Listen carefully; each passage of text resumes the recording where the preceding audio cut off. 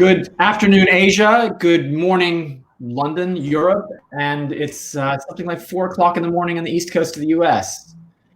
Today, joined by Scott Spirit, who is the Chief Growth Officer at S4 Capital, to hear a little bit about the impact of the pandemic on brands, marketing, communications. S4 Capital is one of the fastest growing marketing communications group, digital first, doing a lot of extremely interesting things.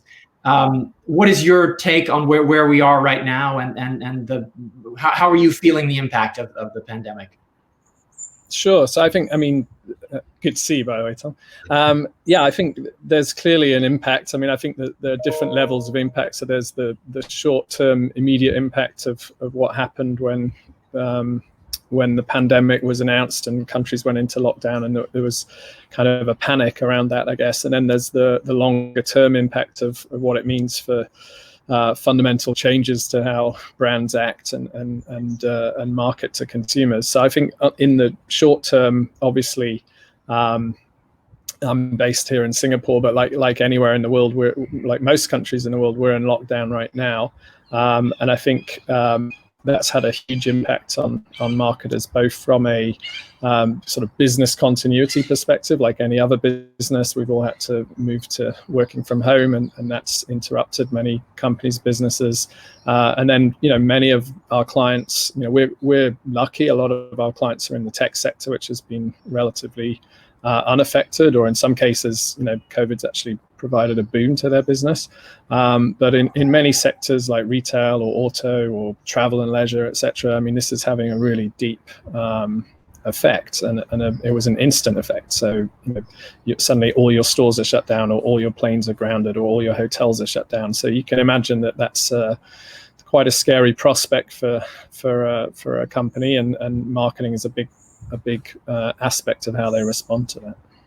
And with the shutdown sectors, obviously you're going straight flat to zero, but this is not the first time we faced a crisis where maybe it's not as rapid as this, but the financial crisis. What are some of the lessons that we took out of that would be valid to look at today? Yeah, it's an interesting question. I'm not sure there are a ton of lessons, to be honest. It is a crisis there've been other crises. So the financial crisis was one. I think there've been others in the past as well. But even though the financial crisis felt like it hit quite quickly, and I remember there was a weekend, I think in November 2008, when Lehman went under, and that seemed to be like the defining beginning of it, or when it became really widespread. But it took months, right? It took several months for the credit system to dry up, and at the time it felt like things were happening really quickly, and it felt like people were trying to respond quickly, but it occurred over a very long period of time. This was really, really quick, right? I think we all had the warning of what happened in China, and different countries and companies paid different levels of attention to that. But basically, for the rest of the world, things hit really hard, really quickly in March. And to go from, I think many people thought, well, they saw the response of China and thought, well, that would never happen to us, or even if it did, we're never going to, can't imagine a democracy locking down or anything like that. And then suddenly the whole world shut down, right? So I think the speed of this and the intensity is so different from anything that's passed. It's hard to compare. That doesn't mean there aren't lessons, definitely.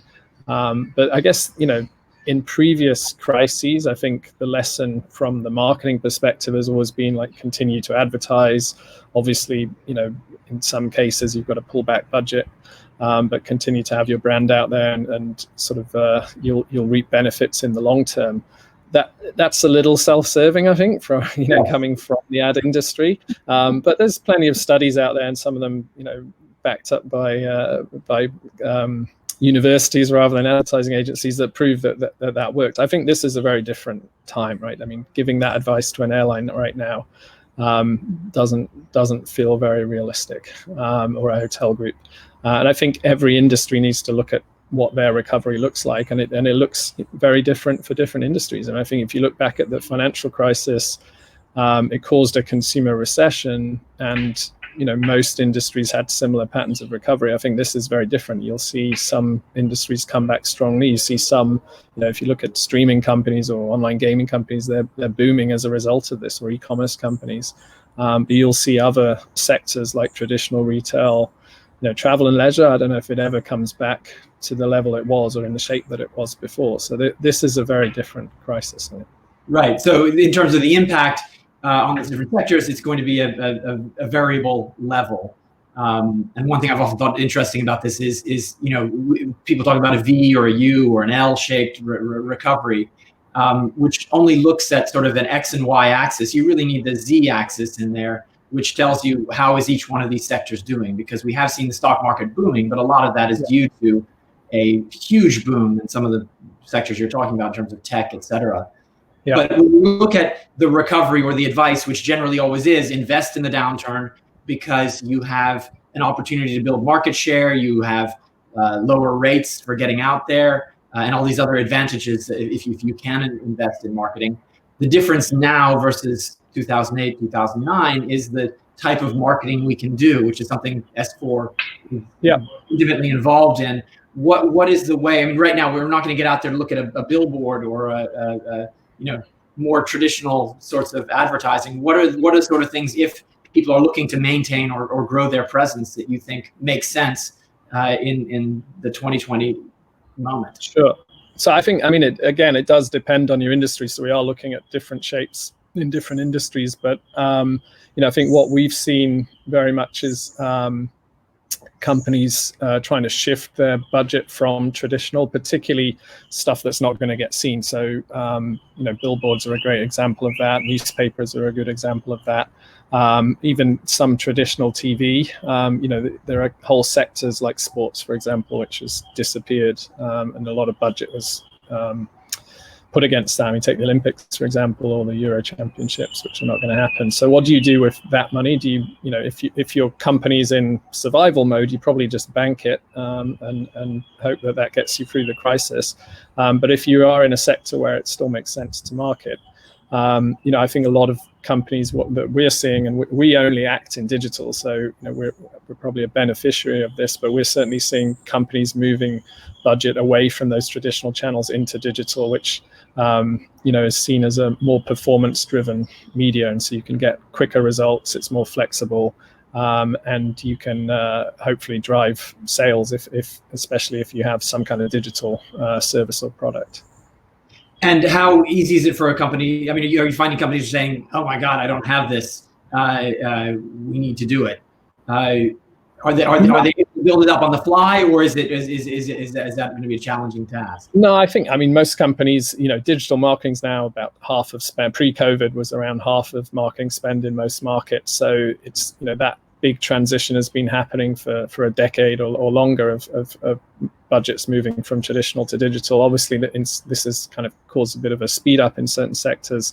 There's definitely some traditional companies out there who've had to spin up e-commerce operations very quickly because they hadn't previously invested in that. But I think most people were quite familiar and comfortable with digital marketing. It's just that's their primary avenue now rather than maybe their secondary one previously. And what are the pieces of advice you give to companies looking to do that, accelerate that online element? Well, I think it goes sector by sector. So, I've been reading a lot of how companies have been responding to this. One of the things I saw, which was really interesting, and this talks a bit more to the longer term trends, was the company Superdry, which is the fast fashion brand, right? So I think they've shut all their stores in Europe and the US, which are big markets for them, which is obviously a huge issue for a business that relies on physical retail. They have an e-commerce presence, and I think in March their e-commerce revenues doubled and made up for, I think, a third of the physical stores that had been shut. So that obviously it's still a huge hit for them, but that makes you think, why do you need that third of physical stores, right? Why do you need any physical stores, or maybe you need a lot less? So I think a lot of companies are are in that position of struggling with the short-term impact of this and what to do to get through this, particularly the lockdown period if you've got serious business interruption. But then they're also thinking about, okay, what are the longer term implications of this? And we need to speed up our digital transformation and invest more in areas which, even pre-COVID were obvious, but now perhaps beyond doubt. Yeah, are there any new areas emerging, or is it just sort of we need to do more of this now in terms of making those digital transformation decisions? Yeah, I think it's needing to do more of it, do it faster, do it better. And I think, one of the things that always held companies back, it's sort of like, well, everything's done on a sort of annual planning cycle. So we did this last year, so let's sort of dial this up a little bit next year and dial this down a little bit next year. And I think, one of the good things of COVID is it kind of just destroys all baselines, right? So, if cost was the issue, and then suddenly you're seeing the kind of results that you get from having a decent e-commerce presence right now, for example, then, everyone's written off this year from a kind of performance basis and a profit basis for most companies. So just get on with it and do those transformations. And whoever comes out of this quicker with a more digital focused business is going to be a beneficiary, I think. And with as the challenge of COVID and the pandemic continues, we're really going to have the runway is not going to be quite so robust or long for many companies. They'll be facing really hard decisions. How do you think that will impact the way forward for them? I think it's all about speed, and you see. When we look at our client base, as I said before, I mean, over half of our revenue comes from tech companies, and a lot of that's the big sort of Googles and Facebooks and Microsofts, but we have some kind of good startup clients in there as well, working with Netflix and Spotify. And you see all these companies, moving so quickly, many of them beneficiaries from particularly the kind of lockdown situations that are going on. So their products and services are getting way more traffic than they ever have. So they're all doing well, and they have agility kind of built into their DNA. So they're doing well, and they've been able to respond to this and sort of take advantage, if you like, or benefit. I think for some of the more traditional companies in traditional categories, this is a huge opportunity for them if they do it right. But they're not used to that agility of decision making and dealing with things changing so quickly. And we certainly see that, and I think that's probably the biggest focus for any client right now, any business, is to focus on being quicker at making those decisions. So do you think this is the end of a lot of the traditional, we're picking on billboards. Billboards are actually can be valuable and do serve a role, but is it going to be a seminal permanent devaluing or shift away from these types of methods of marketing? Because there's only a percentage of allocation you can give to everything. Sure. I don't think anything in life is binary, right? So our trade press loves to declare the death of everything and birth of everything, and nothing ever really dies. But I think there is a step change here. So I think some of the peaks of behavior we're seeing obviously are driven by kind of strange situation of people not being able to leave their homes. And as the lockdowns ease, some of those peaks will recede a little bit. But there is some fundamental changes of behavior. I mean, I look at my parents, for example. My mum is now a massive fan of ordering Tesco online. She's never done that before. She always used to go for her weekly shop. I don't think she'll do her weekly shopping anymore. She'll do it online now. And, my dad's worked out how to conference call me and my sister at the same time on FaceTime. So that saves him a little bit of time. He only has to make one call. And these are behaviors that won't go back afterwards. And I think, I think there has been, I think Satya Nadella said there's been sort of 2 years of development in 1 month, and in certain sectors it looks even longer than, even more extreme than that. So in terms of media, I think people are going to start going out again, so it's not like billboards disappear, but that's an industry. I mean, outdoors an industry that's seen its own digital transformation, so I think digital outdoor will progress quicker, and traditional outdoor will face tough times. And you'll see that certainly in print. I think this will be, that's your old used to work in the newspaper industry, so did I. I started my career back in that as well and loved it. But that's an industry that's been under a ton of pressure for a long time, and this is only going to speed up the demise, unfortunately, of some newspapers, I think, particularly local ones. And then, I think you will see some of the strong get stronger. So the platforms will really benefit from this, and you'll see some of those big tech companies get even stronger as a result. Yeah, and I think maybe the consumer change is one of the fundamental differences that will take place. Like your parents, in talking to people from Amazon, what they describe as, they have the migration of people to using Amazon at every Christmas and every Black Friday, but now they're getting that every week.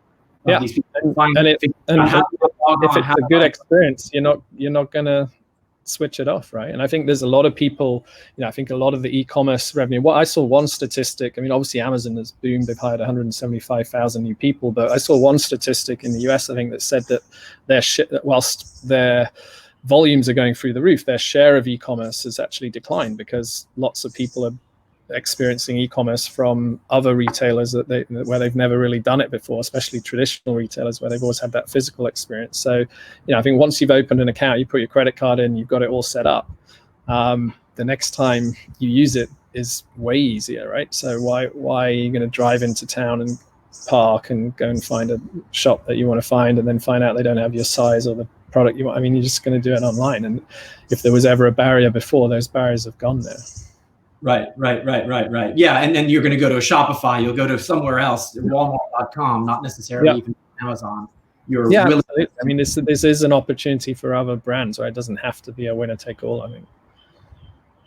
What do you think the impact is going to be on the tech sector, the platforms? Are they going to be facing more pressure now that they have this larger role in society? Are they going to be, they're already quite challenged on that front?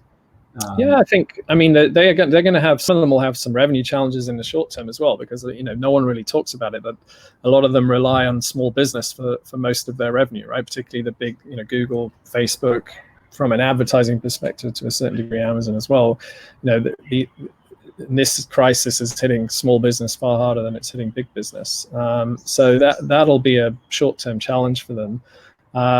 But they will emerge stronger, I have no doubt, just from the, you see the stats in all of their Q1 reports about usership going through the roof of all their products, and they will over time monetize that as well.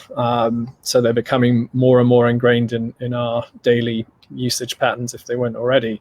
I think the only thing that stands in the way is sort of regulation and governments getting involved. And as you say, that was happening a bit before COVID, and there were questions being asked, and I'm sure there'll continue to be questions asked. But you also, to be fair, look at the way they've responded to COVID.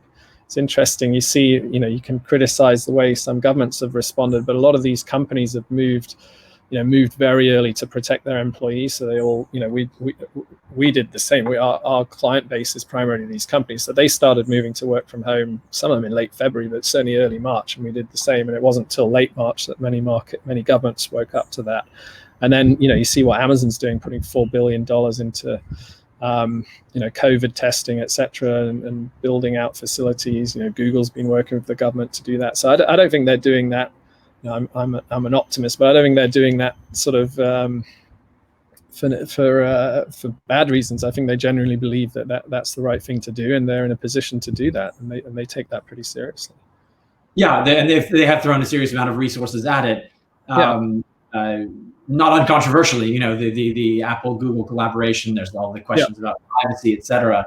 Sure. But there certainly have been huge amount of resources that they've thrown into that. Particularly when you compare to other industry sectors. Yeah, but they have a little more resource than some other industry sectors, I guess. Thinking of the super challenged industries, what is your counsel to them? I'm not to name any directly, airline, leisure, travel, sure. All of these that are facing a total shutdown. Is it think of a new business model or? It is really tough, and so you have to sort of try and model out whatever industry you're in, whatever company you're in that industry. You have to try and model out what a recovery looks like for your product and service. So clearly, the first priority is sorting out your balance sheet and trying to get through this, and that's what all of them are doing. Raising money and trying to cut costs, which is not a easy or enjoyable thing to do. So there's some pretty tough decisions going on, but I'm sure a lot of those have already been made in March and April. And then I think once that's done, it's a question of modeling out what recovery looks like. I mean, clearly we will fly again, we will stay in hotels again, but does it go back to how it was before, or are different business models going to emerge, or will it just be, less demand overall? The interesting thing about that sector is as well, I mean, I travel a lot. I spend a lot of my time traveling, mostly for business, but some for pleasure as well. And I have really strong relationships with those brands. So like I love Singapore Airlines. I would go like hours out of my way to fly in Singapore Airlines, and I'm a massive fan of Hyatt as well. So like those are two brands that I love, and actually they have been communicating with me. I mean, they know what a regular customer I am, and they have been communicating with me certainly via email and via the kind of apps that I use during this. But it is, it's going to be tough for them to come back, and it's going to be slower as well. I mean, you look at the way the lockdowns are easing, it's very gradual. It's not like people are just opening up, and the last thing that opens up is sort of borders and travel. So it is going to be difficult. I saw, Airbnb obviously have been hit by this, another brand that I love, and I think there were some interesting comments from them around, as things come back, it's going to be a lot more around local travel for them. So it's going to be, people taking holidays in their own countries, or even not far from where they live, before you get the international travel back. So you just have to be smart about predicting those trends and trying to stay ahead of them. Right. And for those still deep in marketing, one of the foundational principles in terms of S4 from S4 companies, doing content faster, cheaper, better. Are you? I mean, that's obviously an ongoing trend. Are there other elements that are coming to the fore now in this context, as people are trying to make the most of the situation, either because they're in that challenged zone or because they're trying to grab market share while they can? Sure. I mean, I'm glad some of our material seems to resonate and get through to people. But faster, better, cheaper has been our go-to-market sort of mantra since we started. And I think talking about sort of speed and agility and quality and value, those words resonate with any client. So in good times and bad. So it I think is a good framework to use, and it's probably more appropriate now in difficult times than even in the good times. But everyone wants agility. You ask any CEO or any marketer, do you want to move quicker? No one says no to that. Do you want to be better? Yes, at what you do. And then do you want to be more sort of cost efficient and get better return for your marketing? Again, even CFOs sign up for that. So I think that positioning, it was already pretty helpful for us, but it's certainly helpful now, and getting a lot of our existing clients leaning in based around that, and then new opportunities as well. And it's amazing how much new business is going on in our industry right now. I mean, I think people assumed that would all grind to a halt, but absolutely not. What are the trends in terms of the new business? Well, I think the first thing is everyone's I think industry wide got used to the kind of working from home pretty quickly. I mean, it wasn't, I have to say, from our perspective, it wasn't particularly difficult. We all used the same kind of cloud-based software, and to collaborate and work together on a daily basis. We run a global network, and offices work together. So we're kind of used to working with people that we don't sit next to. So it was, it's not unpleasant working from your garden in Singapore. Yeah, I'm pretty happy about it, and not having to fly anywhere. So I can't complain. But so that worked pretty well, and most clients, I think, got into the swing of that pretty quickly as well. And then once you do that, why wouldn't you talk to someone about a new business opportunity? Like, the world doesn't entirely stop, and people are still getting on with their jobs. So a lot of our new business, to be honest, comes from existing clients. We have great relationships with our big clients, and we're always kind of doing new work with them and expanding those relationships. But there's a few pretty big pitches going on, and we're involved in some of them. And I think life carries on. Excellent. Okay. Any final pandemic and marketing thoughts before we close out? No, I think we've covered it all. I wish everyone well. Hope you're all healthy, and hope we come through it soon. Excellent. Thank you so much, Scott. Good talking with you.